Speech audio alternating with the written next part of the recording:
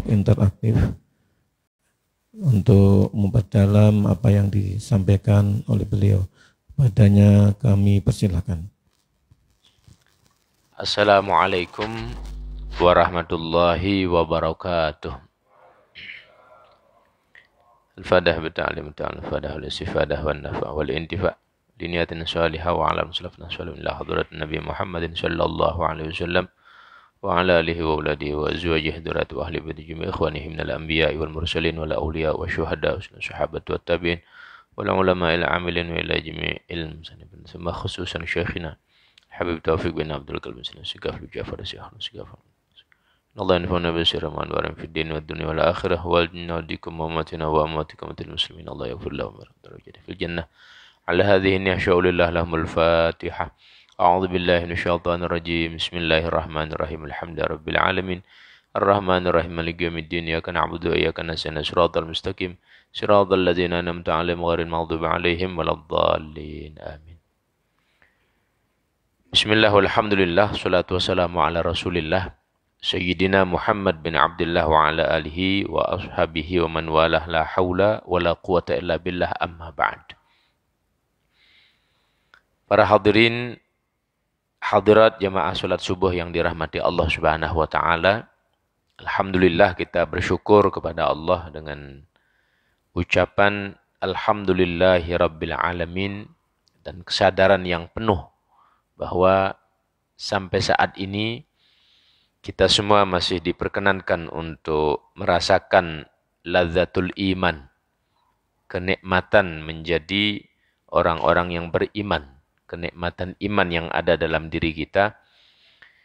Tentu dengan nikmat inilah yang bisa menjadi sebab tergeraknya kaki untuk dapat menaikkan ibadah di masjid ini dan sekaligus duduk kita melaksanakan thalabul ilm, menuntut ilmu agama.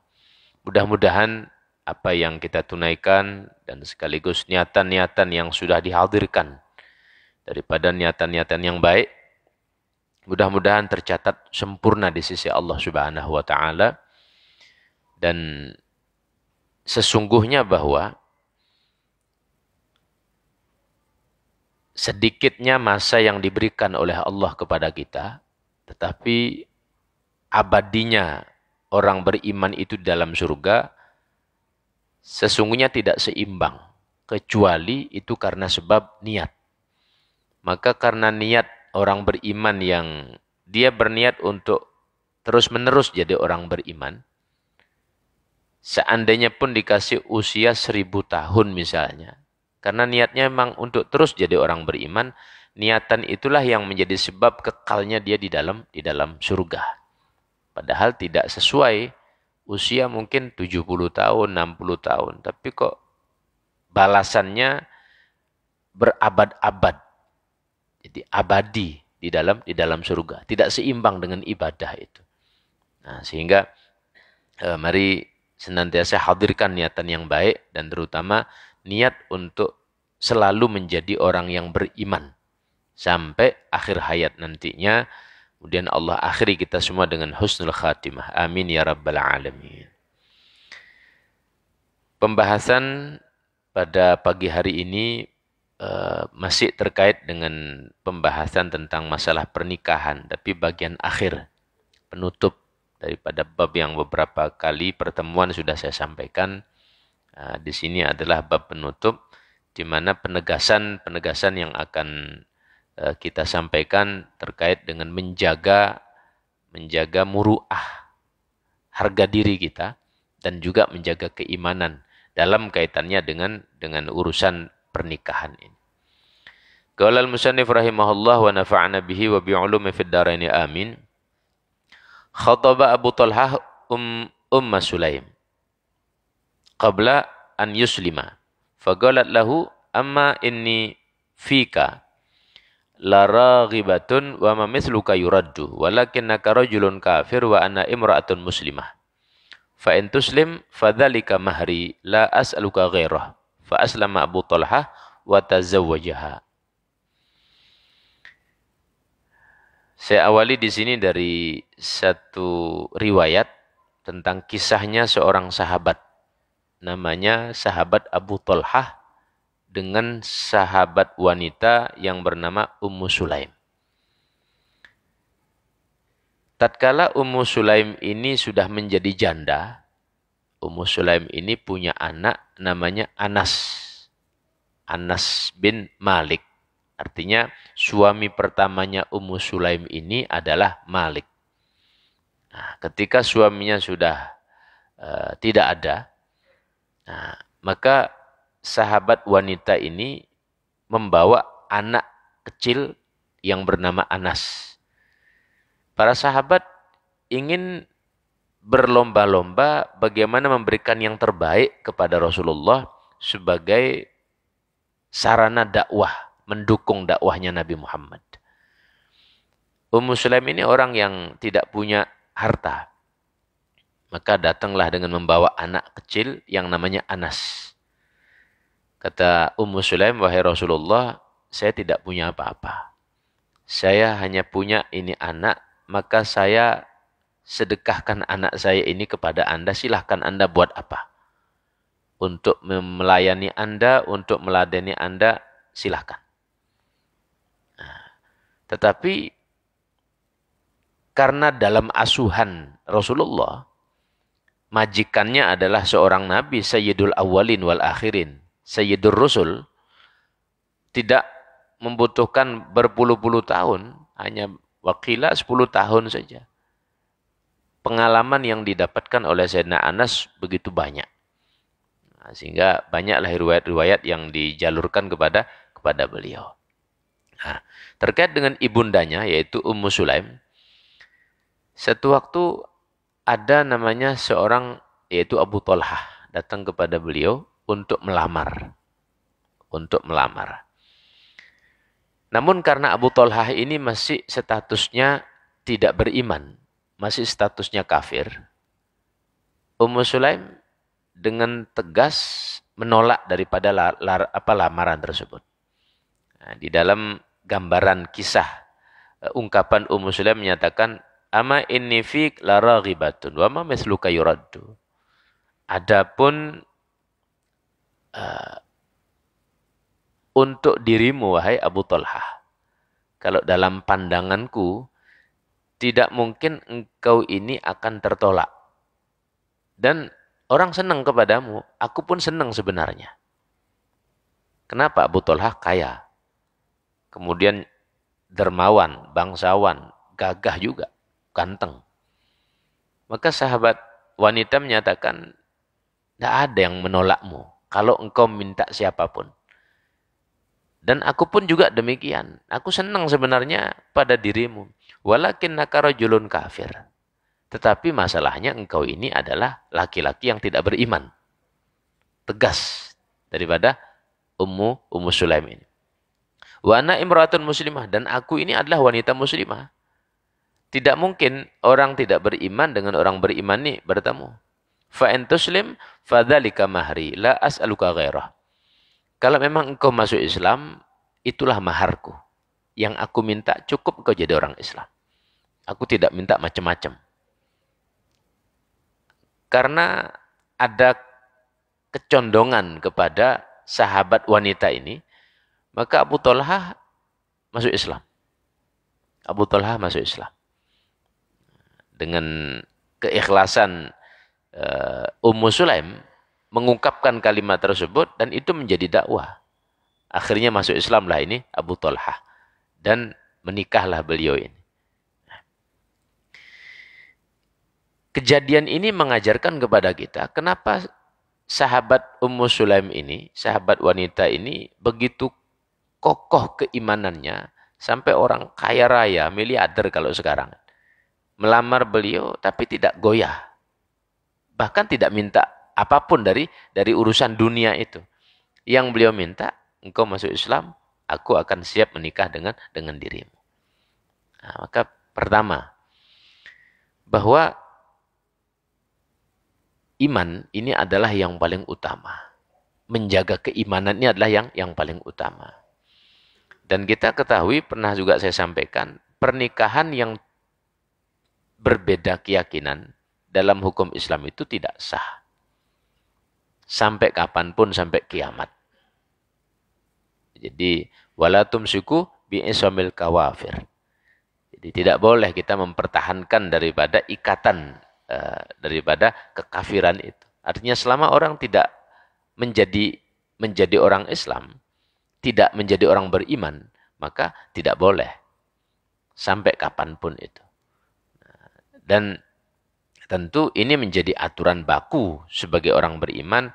Apa tujuannya? Pertama, hifdun nasal. Menjaga keturunan. Menjaga keturunan.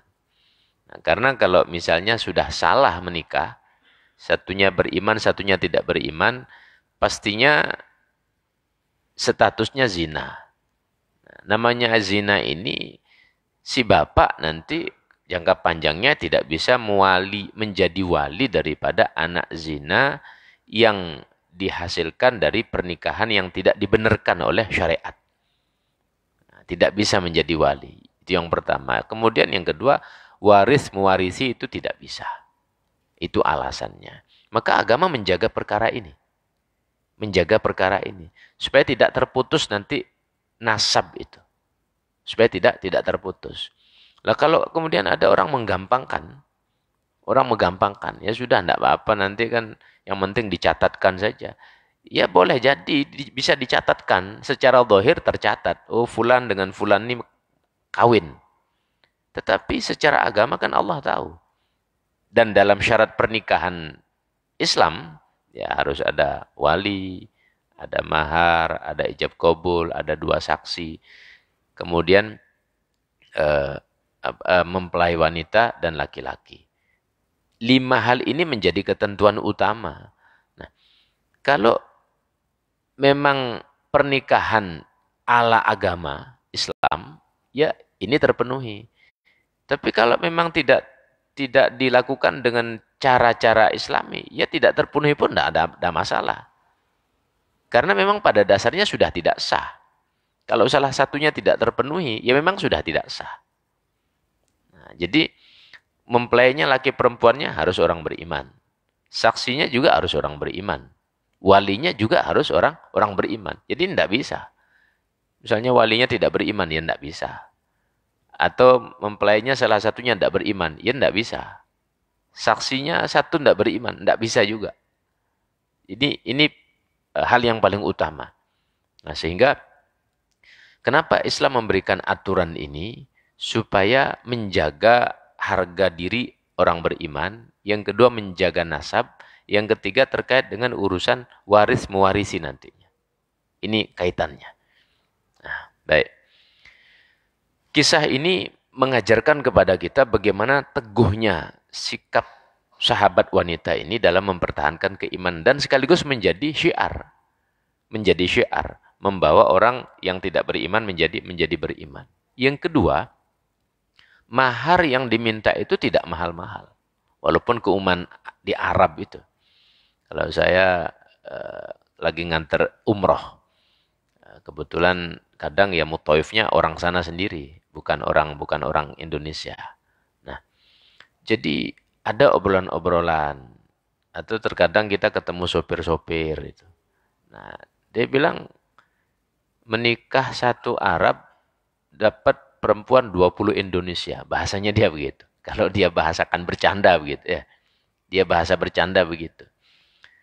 Saya kejar, maksudnya apa? Ya, di sini untuk menikah itu mahal sekali. Mahal sekali. Bisa sekian ratus juta. Belum lagi nanti memenuhi rumah, kendaraan dan seterusnya. Sehingga susah mau menikah itu. Tapi kalau di Indonesia tidak begitu katanya. Cukup mahar dan saksi. Maharnya ringan-ringan saja. Sudah dapat, sudah. Kalau dia bilang, satu Arab 20 Indonesia katanya dia bilang. Bercandaannya dia begitu. Ya, jadi, itu gambaran bahwa di sana itu memang mahal. Ya, walaupun sebenarnya di dalam ajaran agama, diharapkan mahar itu yang ringan. Supaya memudahkan. Memudahkan. Mahar. Nah, nanti urusan memenuhi kemudian kewajiban rumahnya, tempat tinggalnya, memenuhi ma'isyahnya sehari-harinya, nah itu kan berikutnya. Yang penting ada ijab kabul halal dulu. Kan itu masalahnya. Nah, tapi kalau sudah dikasih syarat duluan, harus memenuhi sekian, sekian, sekian. Orang mikir. Akhirnya yang tadinya harusnya dia tersalur syahwatnya dengan cara yang benar, karena terganjal dengan perkara ini, tidak jadi kawin, tidak jadi menikah dia. Kalau orang yang faham agama dan takut kepada Allah, mungkin puasa. Tapi kalau enggak, ya sudah. Diajak malam-malam keluar, temannya merayu, kemudian masuk ke satu tempat, antara dia sama Allah saja yang tahu kan begitu. Nah, ini kan bermasalah, permasalahan jangka panjang lagi nanti. Sehingga Islam mengajarkan mahar yang ringan. Islam mengajarkan mahar yang ringan. Bukan mahar yang berat-berat. Bukan mahar yang mahal. Nah, walaupun kalau menengok Rasulullah, satu waktu Nabi menikah kalau dengan Siti Khadijah ya kurang lebih sekian miliar. 1, sekian miliar. Karena 100 ekor unta. Nah, itu kalau Rasulullah ya. Rasulullah. Tapi di sisi yang lain, Nabi pernah menikah dengan meminjam uang untuk dipakai mahar. Pernah Rasulullah menikah meminjam untuk dipakai mahar. Ada yang dikasih sedekah oleh sahabatnya untuk dipakai mahar. Nah, itu semua menjadi contoh. Menjadi contoh. Nah, dalam pembahasan fikih bahwa mahar itu yang penting bisa dimanfaatkan, diambil manfaatnya. Bendanya itu bisa dimanfaatkan. Maka itu bisa untuk dijadikan mahar. Bisa diambil manfaat. Nah, baik. Ini hikmah daripada kisah sahabat Abu Talhah dengan Ummu Sulaim. Nah, jadi mempertahankan keyakinan, kokoh, teguh dalam keyakinannya. Yang kedua, menunaikan dengan mahar yang sangat ringan. Bahkan keislamannya daripada sahabat Abu Talhah. Dan itu disetujui oleh Rasulullah SAW. Masuk Islam, menikah. Nah, baik. Kemudian pada lanjutan penjelasan dalam kitab ini, ada kisah seorang ayah, yaitu Sa'id bin Musayyib. Sa'id bin Musayyib. Ini adalah salah satu tokoh di generasi salaf. Beliau ini ulama besar di zamannya, punya anak cewek satu, sudah dilamar oleh Malik bin Marwan. Nah, ini raja ini. Raja ini. Nah, tetapi karena anaknya ini solihah, dan beliau juga berpedoman bagaimana menikah ini untuk menyambung silaturahim, bukan memutus. Kalau salah-salah orang, nanti malah jadi musuh. Satu ulama, satu penguasa. Kalau penguasanya ini penguasa zalim, akan putus dengan ulama ini. Itu pertimbangan ayah, sang imam ini. Maka datanglah muridnya namanya Abdullah bin Abi Wada'. Nah, ditanya oleh Sa'id bin Musayyib, wahai muridku, engkau kok kelihatannya agak susah begitu. Oh, istri saya baru meninggal katanya, 3 hari yang lalu. Nah, kemudian kata Imam Sa'id bin Musayyib mengatakan begini, bolehkah saya memberikan hadiah kepadamu katanya. Oh, boleh kata. Kalau saya nikahkan engkau dengan seseorang mau. Tapi kata muridnya, saya tidak punya apa-apa. Satu sisi, anaknya beliau ini, anaknya Imam Sa'id bin Musayyib ini, sudah dilamar oleh Malik bin Marwan. Oleh raja ini, ya. Untuk anaknya. Untuk pangeran.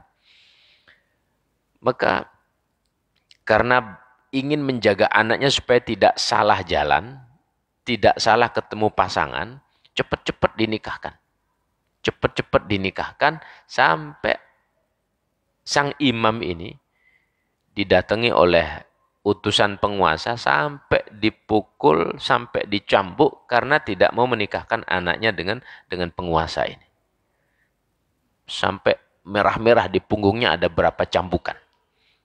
Nah, lalu selesai menikah, sang imam memberikan bekal kepada menantunya.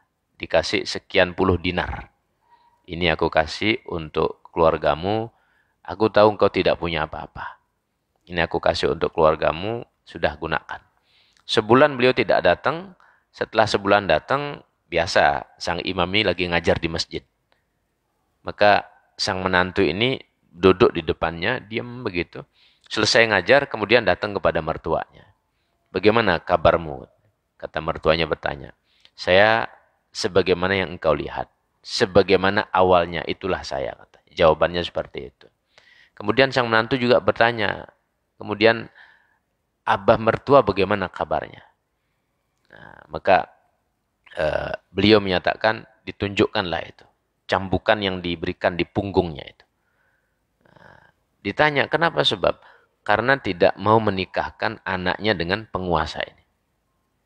Tapi malah diberikan orang yang miskin, yang tidak punya apa-apa. Cuman agama.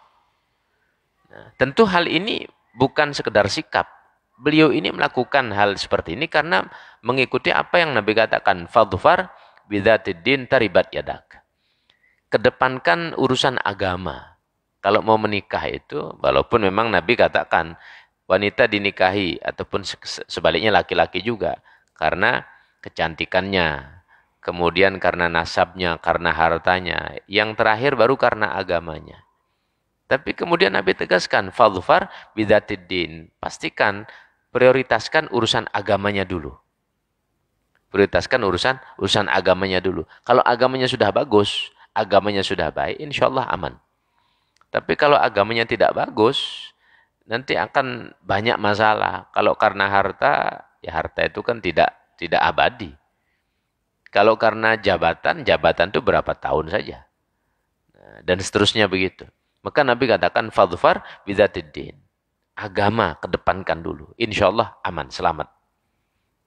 Dalam riwayat yang lain, Nabi katakan begini. Idza atakum man tardawna dinahu wa khuluquhu.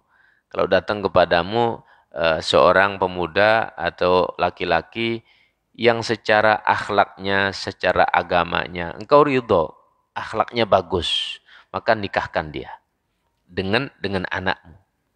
Akhlaknya bagus, agamanya bagus, nikahkan sudah. Kalau tidak, maka takun fitnatun wa fasadun arid. Akan terjadi fitnah dan kerusakan yang besar nanti. Kalau kita sudah didatangi oleh seorang untuk melamar anak kita, lalu kita tolak. Karena pertimbangannya macam-macam. Padahal agamanya bagus, akhlaknya bagus. Kok kita tolak? Tinggal tunggu saja nanti masalah berikutnya datang. Nah, kenapa? Karena itu yang utama, yang dicari bahkan mungkin bertahun-tahun untuk kita dapatkan. Beda dengan rezeki. Kalau rezeki bisa jadi seminggu orang jadi kaya. Kenapa? In yakunu fuqara yughnihimullah min fadlih. Tadinya dia susah, tadinya dia fakir, tapi Allah kasih kaya dalam sekejap bisa saja. Seminggu tiba-tiba dapat faedah, jualan sesuatu, kemudian besar dapat keuntungan, bisa saja. Tapi kalau untuk urusan agama ini kan tidak bisa instan. Seminggu kita belajari, kemudian jadi alim. Tidak bisa. Apalagi agama terkait dengan urusan rumah tangga. Tidak bisa kita pelajari secara instan. Bimbingan cuma 15 hari, habis itu kemudian jalani rumah tangga untuk waktu yang lama. Tidak bisa instan itu. Sehingga agama kedepankan. Ketika agama sudah ada dalam diri seorang, akhlaknya sudah bagus, urusan harta, urusan materi, yang penting dia mau berusaha, mau bekerja, urusan rezeki Allah yang kasih nanti. Urusan rezeki Allah yang kasih. Karena kaya itu takdir, miskin itu takdir. Nah, baik. Akhirnya dinikahkanlah anaknya ini dengan muridnya yang tidak punya harta. Nah, baik. Maka dari kisah ini kita dapat ambil kesimpulan bahwa bagaimana, kalau tadi yang pertama sikap pribadi seorang wanita mempertahankan keimanan. Yang kedua sikap seorang ayah. Bagaimana menghantarkan anaknya, karena ini kan kewajiban orang tua. Dengan sangat berhati-hati agar supaya anak yang dari kecil dibimbing, diajari sampai jadi wanita solihah, pandai mengaji, pandai hukum agama, supaya tidak salah nitipkan kepada orang. Karena sealim-alimnya perempuan, kalau salah suami, nanti ilmunya tidak manfaat.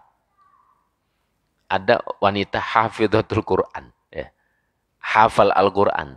Salah pilih suami, hilang Al-Qurannya. Hilang Al-Qurannya. Nah, ada seorang laki-laki bercita-cita, saya ingin punya istri yang solihah, yang alim dalam agama, alimah dalam agama.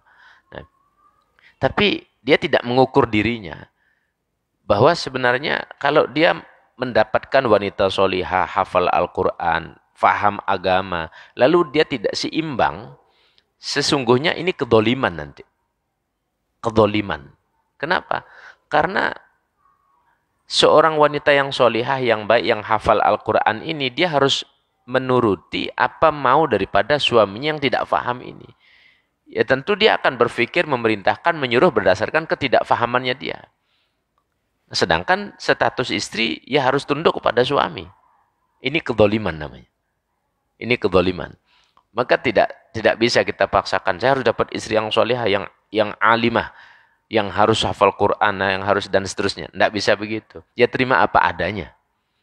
Terima apa adanya. Karena kalau ada seorang ayah, dia mempertahankan, saya tidak mau nikahkan anak saya kepadamu karena kamu begini. Itu adalah hal yang lumrah dalam kepribadian orang yang faham. Itu hal yang lumrah itu. Karena menjaga anaknya. Dari kecil dia didik, dari kecil dia bimbing, dari kecil dia biayai supaya jadi alimah, wanita yang faham. Nanti kok salah titip. Salah titip. Nah, ini kan permasalahan jangka panjang nanti. Nah, sehingga hikmah dari kisah yang kedua ini bahwa bagaimana seorang ayah itu benar-benar memilih untuk anaknya pasangan yang akan mendampingi dalam perjalanan hidupnya. Jadi tidak asal-asalan. Tidak asal-asalan. Nah, kemudian yang terakhir, pernikahan ini erat kaitannya dengan anak. Pernikahan ini erat kaitannya dengan anak. Ketika seorang suami itu soleh, wanita solihah, maka akan berbuahlah daripada anak yang soleh dan solihah. Kenapa? Karena proses pembuatan awalnya, proses pembuatan awalnya itu sudah benar. Ya berdoa, sholat dulu. Tapi kalau tidak soleh-solihah, mau membuat itu ya pokoknya datang ya begitu saja. Nah, datang jadi selesai kan begitu. Tapi kalau dia soleh-solihah, dia berpikir dulu, ini nikah ini kan ibadah. Namanya ibadah maka harus disempurnakan ibadahnya. Sebelum mendatangi istrinya, maka harus berdoa dulu, sholat dulu, dan seterusnya. Baru dia datangi daripada istrinya. Selesai mendatangi istrinya, kalaupun ada kekurangan, dia tidak ungkapkan itu kepada teman-temannya, pada kawan-kawannya. Karena Nabi katakan, inna min asyarrin nas manzilatan yaumal qiyamah. Sesungguhnya seburuk-buruk manusia, kedudukannya besok di hadapan Allah hari kiamat adalah ar-rajulu yufdi imra'atahu. Seorang laki-laki yang dia berhubungan dengan istrinya, kemudian diceritakan pada orang lain. Itu sejelek-jeleknya orang itu. Jadi seorang laki-laki habis mendatangi istrinya, dia ceritakan pada orang lain. Begitu juga sebaliknya, sejelek-jelek perempuan adalah ketika dia sudah habis didatangi oleh suaminya, hubungan suami istri, lalu dia cerita kepada kawan-kawannya. Ini suami saya begini, ini begini. Walaupun guyonan, mungkin mau minta jamu, alasannya suami saya kok begini, kok lemes, macam-macamnya misalnya. Misalnya seperti itu. Walaupun guyon, bercanda. Nah, tapi kan bukan pada tempatnya itu. Nah, itu sejelek-jeleknya perempuan itu. Sejelek-jeleknya perempuan. Nah, sehingga itu tidak pantas diceritakan keluar. Baik oleh pihak laki-laki ataupun pihak wanita. Kalau mereka orang-orang soleh, solihah, insya Allah terjaga itu. Insya Allah terjaga itu. Tidak akan sampai keluar begitu saja. Nah, tentu berbeda keadaannya dengan gambaran saat ini, yang mungkin orang banyak tidak mau belajar tentang agama. Sehingga dengan ringannya dia berkisah dengan teman-temannya, berkisah dengan sahabat-sahabat lamanya, mungkin kawan SMA-nya, dia berkisah. Itu kan membuka aib dan membuka celah pintu syaitan untuk merusak daripada rumah tangganya kan seperti itu. Nah, maka kesimpulannya bahwa pernikahan ini adalah ibadah. Karena ini ibadah, bahkan separuh agama letaknya pada pernikahan ini, maka semua harus dipertimbangkan secara matang-matang. Tidak asal-asalan. Begitu juga sebagai orang tua untuk mencari pendamping daripada anak-anaknya. Tidak asal-asalan. Jika ingin mendapatkan kebahagiaan. Yang hati-hati saja pun terkadang ya banyak kendala-kendala, apalagi yang tidak berhati-hati. Bahkan kadang sampai putus ikatan kekeluargaan, silaturahim. Kalau salah-salah pilih menantu. Bisa jadi putus itu. Na'udzubillah min dzalik. Baik, saya kira demikian. Ini mungkin bagian akhir. Nanti setelah bab ini kita masuk kepada bab tentang al-kasbu, kasbul halal. Bagaimana urusan pekerjaan, bagaimana urusan muamalah nanti. Baik, saya kira demikian. Untuk berikutnya silahkan kalau ada yang mau di-sharingkan.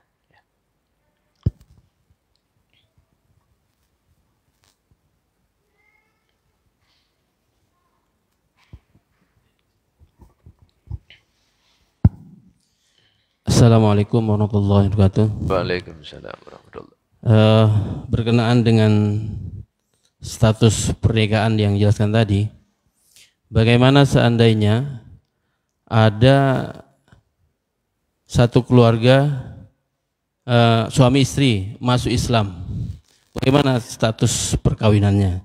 Yang pertama. Yang kedua, apabila yang masuk Islam tidak berbarengan suami istri itu, status hukumnya bagaimana? Ya misalnya yang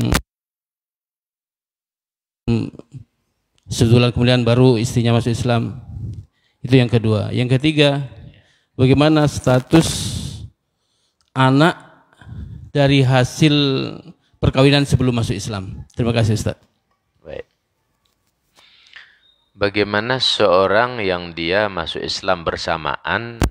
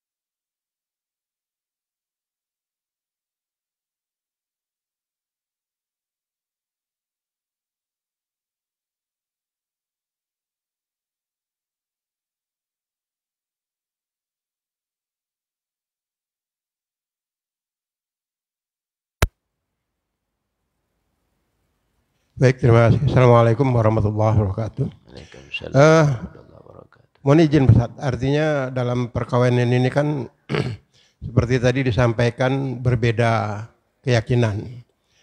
Tapi mereka punya jalan keluar ke pengadilan agama, ke pengadilan negeri. Ini yang jadi permasalahan hukumnya bagaimana Pak Ustaz. Yang kedua, status dalam satu keluarga ini kadang-kadang waktu pernikahan secara Islam, syariat Islam. Suatu saat mereka kembali, contohnya kan banyak seperti di Bali ini Pak Ustaz. Mereka merantau, yang laki tahu-tahu dia dapat istri, bawa ke Bali. Nah di Bali ada masalah, kembali ke keyakinan semula. Padahal dia sudah punya anak. Ini statusnya gimana Ustaz? Jadi banyak yang saya jumpai dan banyak keluhan. Artinya inilah kalau kita tidak kuat, artinya fitnah yang akan tersebar ini kan sebenarnya kan cukup parah, Ustaz. Bahaya gitu loh. Yang ketiga tentang di dalam keluarga ini Pak Ustaz. Artinya sebelum nikah itu kan ada pranikah. Nah pranikah ini artinya lamaran lah Pak Ustaz. Lamaran kadang-kadang kita temui dalam komunikasi dua arah antara keluarga ini terbesitlah kalimat ya tergantung anaknya nanti gimana. Misalnya kalau memang anaknya mau ya monggo silahkan gitu. Nah ini kalimat-kalimat seperti ini kadang-kadang kan tidak yakin Pak Ustaz. Ya kebanyakan orang tua laki itu kan melamar orang ke perempuan. Itu kan ada obrolan-obrolan. Nah kadang-kadang dalam obrolan antara orang tua ini terbesit seperti itu Pak Ustaz. Ini bagaimana hukumnya? Terima kasih. Assalamualaikum warahmatullahi wabarakatuh. Waalaikumsalam warahmatullahi wabarakatuh. Baik, kalau saya jawab dari yang ketiga dulu ya, bahwa ada namanya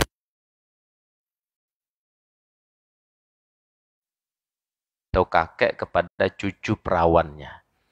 Nah, tradisi ini sebenarnya ya dari zaman Rasulullah dan Nabi mempraktekkan begitu. Karena pertimbangan menjaga anak ini supaya tidak salah titip sama orang. Sehingga seorang kakek, seorang ayah berhak memaksa anak perawan, cucu perawannya dengan orang yang setelah dia pertimbangkan, dia lihat, oh ini memang sebanding, sekufu. Jadi ada mukafaah di sana. Nah, ketika ini orang yang dilihat akan menjadi calon menantunya sebanding dalam banyak hal, dilihat baik, untuk pertimbangan keselamatan anak atau cucunya ini, maka dia paksa, itu dibolehkan dalam agama. Dibolehkan dalam agama. Ya. Karena bergesernya tradisi sekarang ini, seakan urusannya dikembalikan kepada yang menjalani. Nah ini kekeliruan sebenarnya. Tapi bukan berarti tidak boleh musyawarah dengan anak. Ya silahkan musyawarah. Jika memang itu maslahat ya diambil. Cuman orang tua kan bisa melihat daripada ya perilakunya dan seterusnya. Apalagi model sekarang kan sudah pakai pacar-pacaran. Orang sudah biasa datang ke rumah calon pasangannya. Kan sudah biasa melihat aktivitasnya. Kalau dulu tidak seperti itu. Tidak ada pacar-pacaran orang apel ke rumah calon suaminya atau calon istrinya kan tidak ada. Ya, pertemuan antara keluarga dilihat, oh ini cocok, kemudian diketahui latar belakangnya si fulan nah ini ya sudah kan begitu. Nah, artinya dulu lebih susah sebenarnya. Tetapi kalau sekarang kan terbuka sekali. Terbuka sekali. Nah, justru sekarang ini bisa menjadikan pertimbangan lebih jauh lagi. Ini layak enggak anak saya ini sama dia ini? Nah, layak enggak anak saya didampingi oleh si fulan atau fulana ini, kan seperti itu. Nah, artinya justru kalau sekarang lebih kuat harusnya orang tua mengambil sikap. Tidak menyerahkan, ya sudah terserah kamu, kalau kamu senang mau jalan silahkan, kalau enggak. Malah keliru begitu. Malah keliru seperti itu. Nah, dan dalam Islam itu kan memang enggak ada pacar-pacaran, enggak ada. Tidak ada pacar-pacaran. Apalagi sampai setahun, 2 tahun nanti sudah diajak kemana-mana dulu. Nanti kemudian ya sudah sampai bahaya sudah. Barulah kemudian dinikahkan. Ini kan aib. Dosa yang berkepanjangan, kemudian akhir-akhirnya jadi aib. Nah, ini kan banyak terjadi kalau model sekarang ini. Dan kadang orang tua yang tidak paham ya diam-diaman saja. Seakan meridhoi begitu ya. Oh, tidak apa-apa sudah nak sana malam mingguan berdua, yang penting jangan malam-malam. Ya, orang dia keluarnya sudah malam kok jangan malam-malam. Dia keluarnya sudah malam itu. Keluarnya sudah malam. Itu sudah tanda bahaya kan begitu ya. Jadi seakan orang tua meridhoi itu. Merelakan bahwa anaknya keluar. Padahal Nabi menyatakan tidak halal seorang wanita keluar sendirian tanpa mahram. Kalau anak ya bapaknya, saudaranya, atau pamannya, kan begitu. Tidak boleh itu. Haram hukumnya. Setiap langkah kakinya itu dia jadi catatan dosa. Itu rambu-rambunya begitu. Nah sekarang orang tua malah kasih. Ya nak, sana pergi, jangan malam-malam. Hati-hati kan. Itu kan sengaja melemparkan anaknya. Ya. Apalagi begitu kan. Nah, jadi ini keadaan sekarang.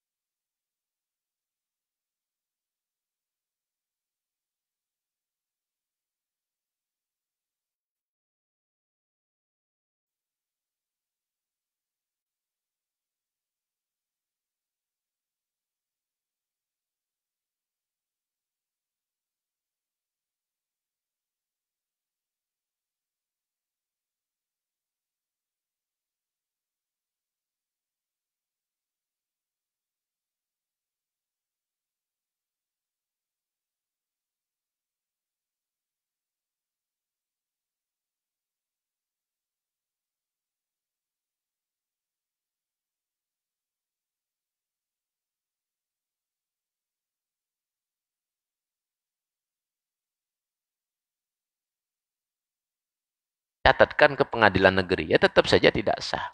Walaupun punya surat-surat. Besok kan malaikat kan tidak tanya mana surat nikahmu, kan tidak begitu ya. Nah, jadi CCTV-nya malaikat ini kan tidak akan akan meng-cross check itu. Yang di cross check ini masuk apa enggak ini? Syarat-syarat 5 ini masuk apa enggak? Adanya wali, adanya mempelai, adanya ijab kabul, mahar, kan begitu ya. Nah, ada saksi. Masuk enggak syarat ini? Kalau enggak masuk, ya tidak sah.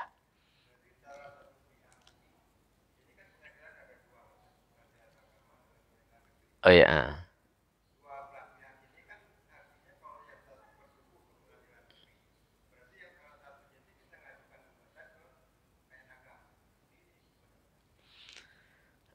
Prosedur di sana saya kurang paham secara detail itu ya. Cuman kalau di pengadilan agama tentunya di KUA dalam hal ini mereka sangat berhati-hati sudah. Jadi yang saya ngobrol dengan kawan-kawan itu mereka ya memang lebih cenderung ke perlindungan juga. Tetapi karena memang kita di negara yang tidak bisa memaksakan kehendak, ada hukum positif yang harus ditaati, mereka pun ada batas-batas jadinya. Ya, tetapi secara emosional, secara ukhuwah Islamiyah mereka menjaga juga. Namun ketika pilihannya dia memilih untuk ke pengadilan negeri, yang satunya ke pengadilan agama, emang tidak bisa dipaksakan, tidak bisa dipaksakan. Nah, akhirnya kan begitu. Nah, siapa yang bisa tegas? Balik lagi kepada orang tua. Nah, orang tua bagaimana mengambil sikap tegas supaya anaknya terarah, jangan sampai nanti tersesat jalannya. Saya kira kembali kepada keluarganya, kepada pribadi-pribadinya. Saya kira begitu ya. Namun yang jelas, walaupun sudah disahkan di pengadilan negeri, tapi secara syarat tidak terpenuhi, ya di hadapan Allah ya tidak sah. Tetap tidak sah dia. Baik. Ya. Nggih, moga. Assalamualaikum warahmatullahi wabarakatuh. Pencerahannya. Yang pertama, tersirat tadi ya, ada suatu kendoliman apabila seorang hafidhoh mendapatkan yang tidak hafid atau grade keilmuannya atau sejenis itu di bawahnya. Nah, itu pun yang masih dalam kategori seiman, sama-sama muslim, muslimah.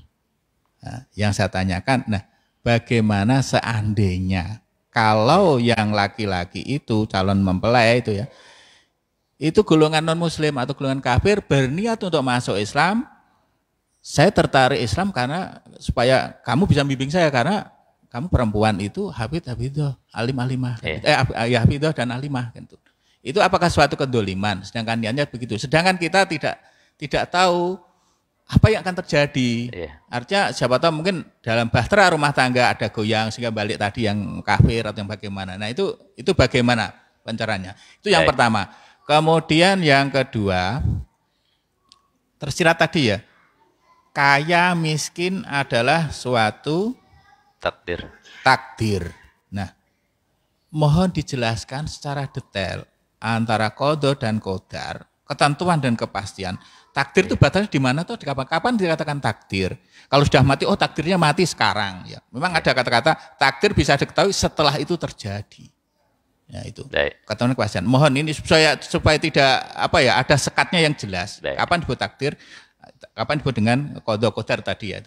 Terima kasih. Assalamualaikum warahmatullahi wabarakatuh. Begini. Kalau saya ambil dari definisi zalim sendiri adalah usyai fi ghairi mahallihi, menempatkan sesuatu bukan pada tempatnya, itu zalim namanya.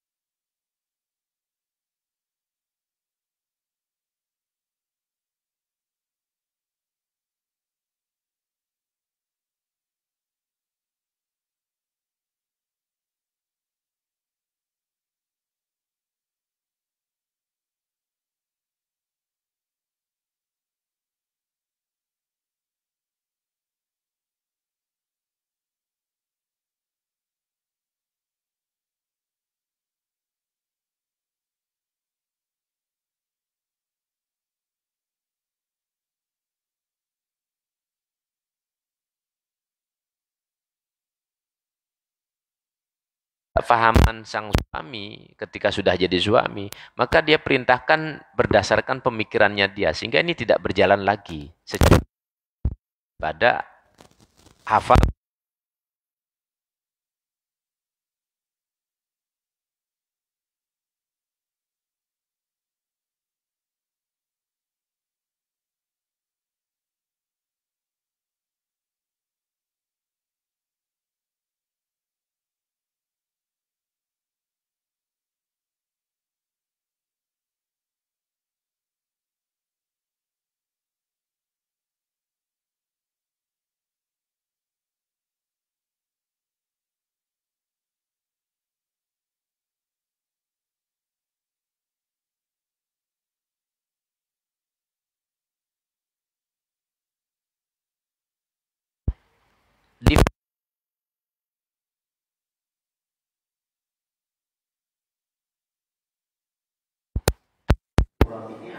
Yang tidak kita ketahui kapan bagi tentuannya.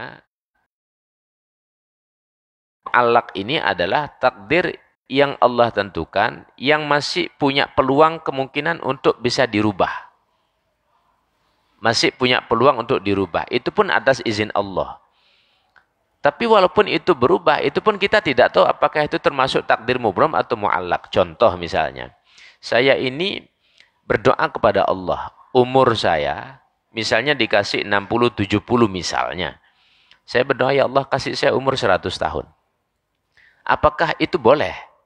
Tentu boleh saja. Bahkan ada cara-cara lain, sedekah ini memberikan sebab umur panjang misalnya. Silaturahim itu menjadikan sebab umur panjang. Nah, apakah ketika orang sedekah, apakah silaturahim ini akan memutuskan takdir Allah yang mubram tadi? Ya tentu balik pada definisi masing-masing tidak seperti itu. Nah, hanya saja adanya definisi ini, karena ini kan masuk wilayahnya ketauhid dan keyakinan, ya kita yakini seperti itu.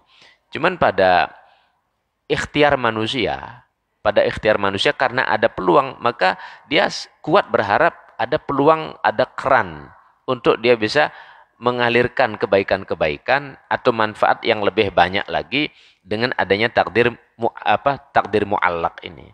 Nah, maka ketika saya ingin jadi orang kaya, walaupun kaya itu takdir. Nah, apakah takdir pada pribadi saya ini masuk takdir mubram untuk jadi orang kaya atau takdir mu'allaq? Saya kan tidak tahu ini. Datanya saya tidak punya. Sama sekali saya tidak punya data tentang hal tersebut. Tapi saya dengan pemahaman bahwa ada takdir mu'allaq yang kalau kita bekerja, kalau kita berdoa, maka bisa saja Allah kasih kaya.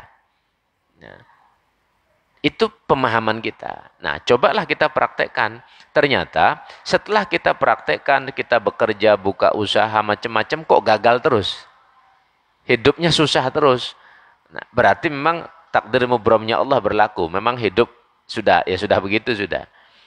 Nah, gimana?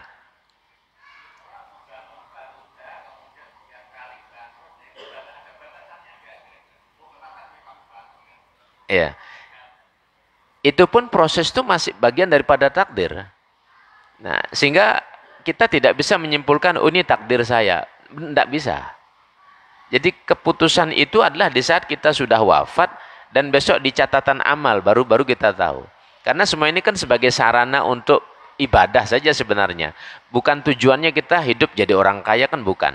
Bukan tujuannya kita hidup kemudian bukan tujuan hidup miskin untuk jadi susah atau bahkan murtad, kan bukan begitu. Tapi ini kan sarana saja. Namun dengan gambaran ini takdir mubram, ini takdir mu'allaq, ada wilayah, ada pintu untuk kita berharap besar kepada Allah dengan definisi ini, lalu kita masuk ke sana berharap mendapatkan bagian-bagian yang kita pun sebenarnya tidak tahu. Kalau saya, ya Allah panjangkan umur saya. Sampai saat ini saya tidak tahu berapa jatah umur saya. Lalu kok minta panjang umur?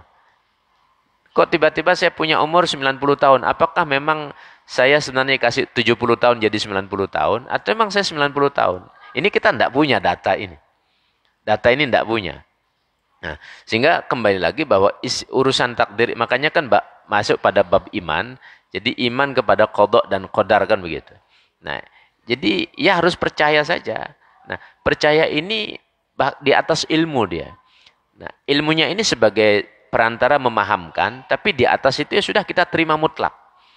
Nah, pemahamannya ini ya dengan teori-teorinya tadi. Dengan teori-teorinya ini ya sebatas itu.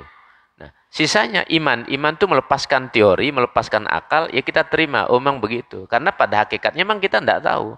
Saya ini jatah umurnya berapa, jatah rezekinya seberapa. Kalaupun saya berusaha tiba-tiba besok dapat uang 1 miliar. Apakah takdir mubrom saya 1 miliar? Atau sebenarnya mungkin masih dapat lagi miliaran berikutnya. Atau sebenarnya saya tidak dapat. Tapi dengan pemahaman takdir mu'allak, saya berusaha, ya Allah saya membuka warung, saya bekerja, saya buka usaha dan seterusnya. Nah, dengan harapan karena Allah buka pintu keran, takdir yang sudah ditetapkan kemungkinan bisa berubah dengan doa atau dengan ikhtiar. Ini pun atas takdir Allah lagi. Nah, jadi seperti itu dia pemahamannya. Makanya kalau kita tidak pahami betul, kadang bulat saja dia ini. Bulat pemahamannya ya. Sampai umur, betul. Batasannya sampai umur. Baru kita tahu, oh ternyata takdir mubromnya Allah berlaku. Nah itu besok di akhirat kita tahu. Jadi bukan untuk dilogikakan, untuk dicerna, apa sih takdir ini. Terus kapan kita bisa tahu kesimpulannya takdir saya ini. Besok kalau meninggal dunia. Baru kita tahu dia.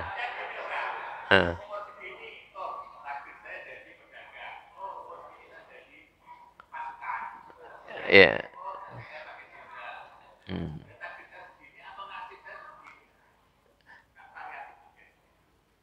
Kalau bahasa nasib dalam bahasa agama itu kan bagian begitu ya. Itu bukan ketentuan, itu bagian yang memang ditentukan oleh Allah pada apa sebelumnya, tapi itu bagian gitu.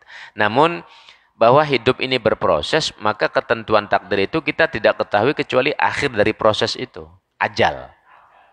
Ajal baru kita tahu, nanti ditunjukkan ini takdirnya begini. Bahkan naudzubillah, Allah takdirkan si fulan ini masuk neraka, si fulan ini masuk surga. Nah, itu sudah takdir itu. Jadi orang masuk neraka, orang masuk surga, kan bunyi hadisnya begini. Ada orang beramal seperti ahli surga, sampai antara dia dengan surga ini sudah tinggal sejengkal saja. Dari dekatnya amal dia menghantarkan ke surga, sampai gambarnya tinggal sejengkal. Fayasbiqu alaihil kitab. Tapi catatan takdir Allah dahulu sudah mendahului, dan itu sudah kering catatan itu. Dia ini ahli neraka. Rupanya di akhir hayatnya dia berbuat satu dosa, yang kemudian dosa itu mengakhiri hidupnya dia, murtad. Nah, ini takdir juga. Nah, sehingga para ulama yang paling dikhawatirkan urusan ini. Makanya Nabi mengajarkan sabbit qalbi ala dia mukallibal qulub, sabbit qalbi ala dinik. Ya Allah, zat yang bolak-balikkan hati ini, tetapkan hati saya ya Allah. Tetapkan hati saya ini. Nah, dan Nabi katakan innamal a'malu bil khawatim. Amal manusia tergantung di akhirnya, dan di akhir itulah dia tahu segala sesuatunya. Ketika nanti catatan amal sudah disodorkan, barulah dia tahu hakikatnya. Nah, maka dari pertanyaan ini bahwa sesungguhnya ini teori istilah saja untuk sinkronnya antara iman dan akal. Karena Islam ini kan beriringan dengan akal ini. Jadi secara akal kita bisa pahami takdir mubram begini, takdir mu'allak seperti ini. Ada pintu ikhtiar, dan itu bagian daripada usaha kita. Kapan menyimpulkan? Ketika di akhir. Nah, sebelum akhir ini tetap kita berikhtiar saja. Ya Allah, jadikan saya husnul khatimah, jadikan wafat dalam keadaan yang baik. Bahkan Nabi Yusuf sendiri kan, tawafani musliman wa alhiqni bisolihin. Wafatkan saya dalam keadaan Islam, kumpulkan dengan orang-orang soleh. Apa Nabi Yusuf, beliau tidak sudah tahu bahwa akhirnya tidak baik, kok berdoa begitu? Nabi Yusuf tidak tahu juga. Takdirnya itu tidak tahu juga. Dan semua tidak tahu kecuali Allah Subhanahu wa Ta'ala. Hanya saja ada perkara-perkara yang dibuka oleh Allah, tapi itu khusus untuk pribadi-pribadi tertentu. Seperti halnya dalam urusan ruh misalnya, Allah katakan ruh itu urusan Allah. Wa ma utitu minal ilmi illa qalila. Sedikit keran Allah buka. Ada orang-orang yang tahu, tapi itu kan untuk pribadi-pribadinya, kan tidak akan mungkin dibuka. Seandainya saya misalnya tahu si fulan akan mati besok, kan saya tidak mungkin cerita-cerita sampai besok mati. Ini kan seakan-akan mendahului Tuhan nanti kan begitu ya. Kan tidak mungkin juga itu.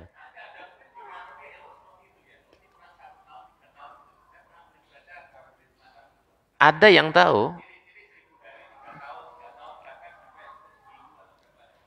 Rasulullah, Nabi Muhammad ketika mau didatangi Israel sudah tahu bahwa beliau akan wafat.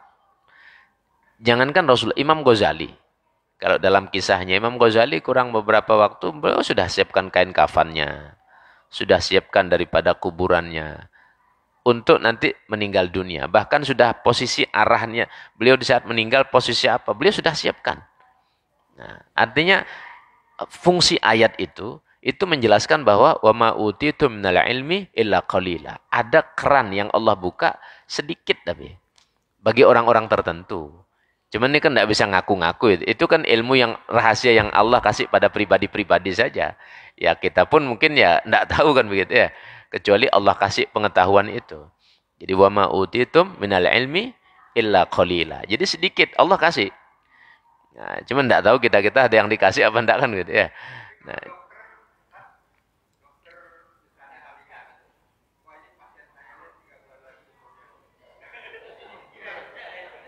itu tidak termasuk juga. Wallah, jadi bahkan sekelas dokter ahli pun tidak termasuk. Spesial tidak termasuk ya. Jadi cuman kalau para nabi, para ulama, mereka memang ada basyirah yang kuat dan ilham dari Allah mengetahui. Tapi itu pun tidak dibuka. Tidak dibuka.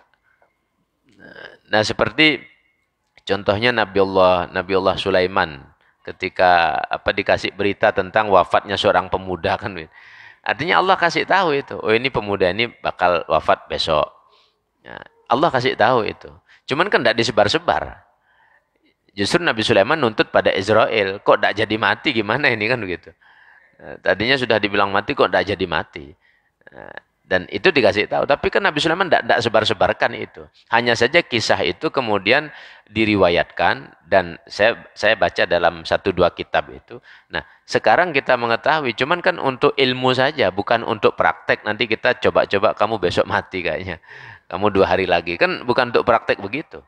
Karena itu adalah rahasia yang Allah kasih kepada hamba-hamba yang Allah kehendaki kan begitu.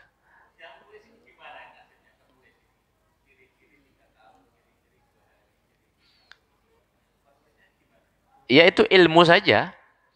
Ilmu saja ya sebatas ilmu. Ilmu ini kan di bawahnya iman. Artinya boleh kita terima secara akal tapi tidak ya harus diyakini. Ilmu ini kan di bawahnya iman. Nah, jadi artinya boleh kita percaya secara logika, boleh kita terima tapi tidak harus diyakini. Ya boleh saja orang menulis begitu, itu kan ilmu namanya. Nah, seperti itu.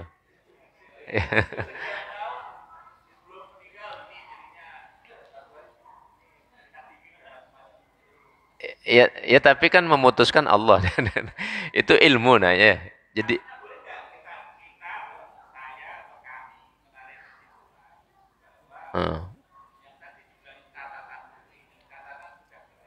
iya. Iya. Nah.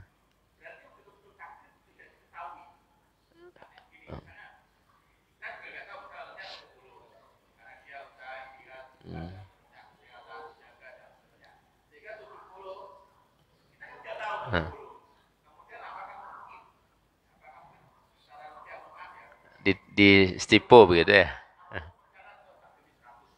Iya. Baik. Begini. Ini kalau diceritakan dijelaskan detail memang ya nanti kembali lagi ke sana. Cuman ayat Allah berbunyi begini. Yamhullah ma yasha wa yuthbitu wa indahu ummul kitab. Jadi Allah boleh saja menghapus apa yang sudah ditetapkan, boleh juga tetap menetapkan.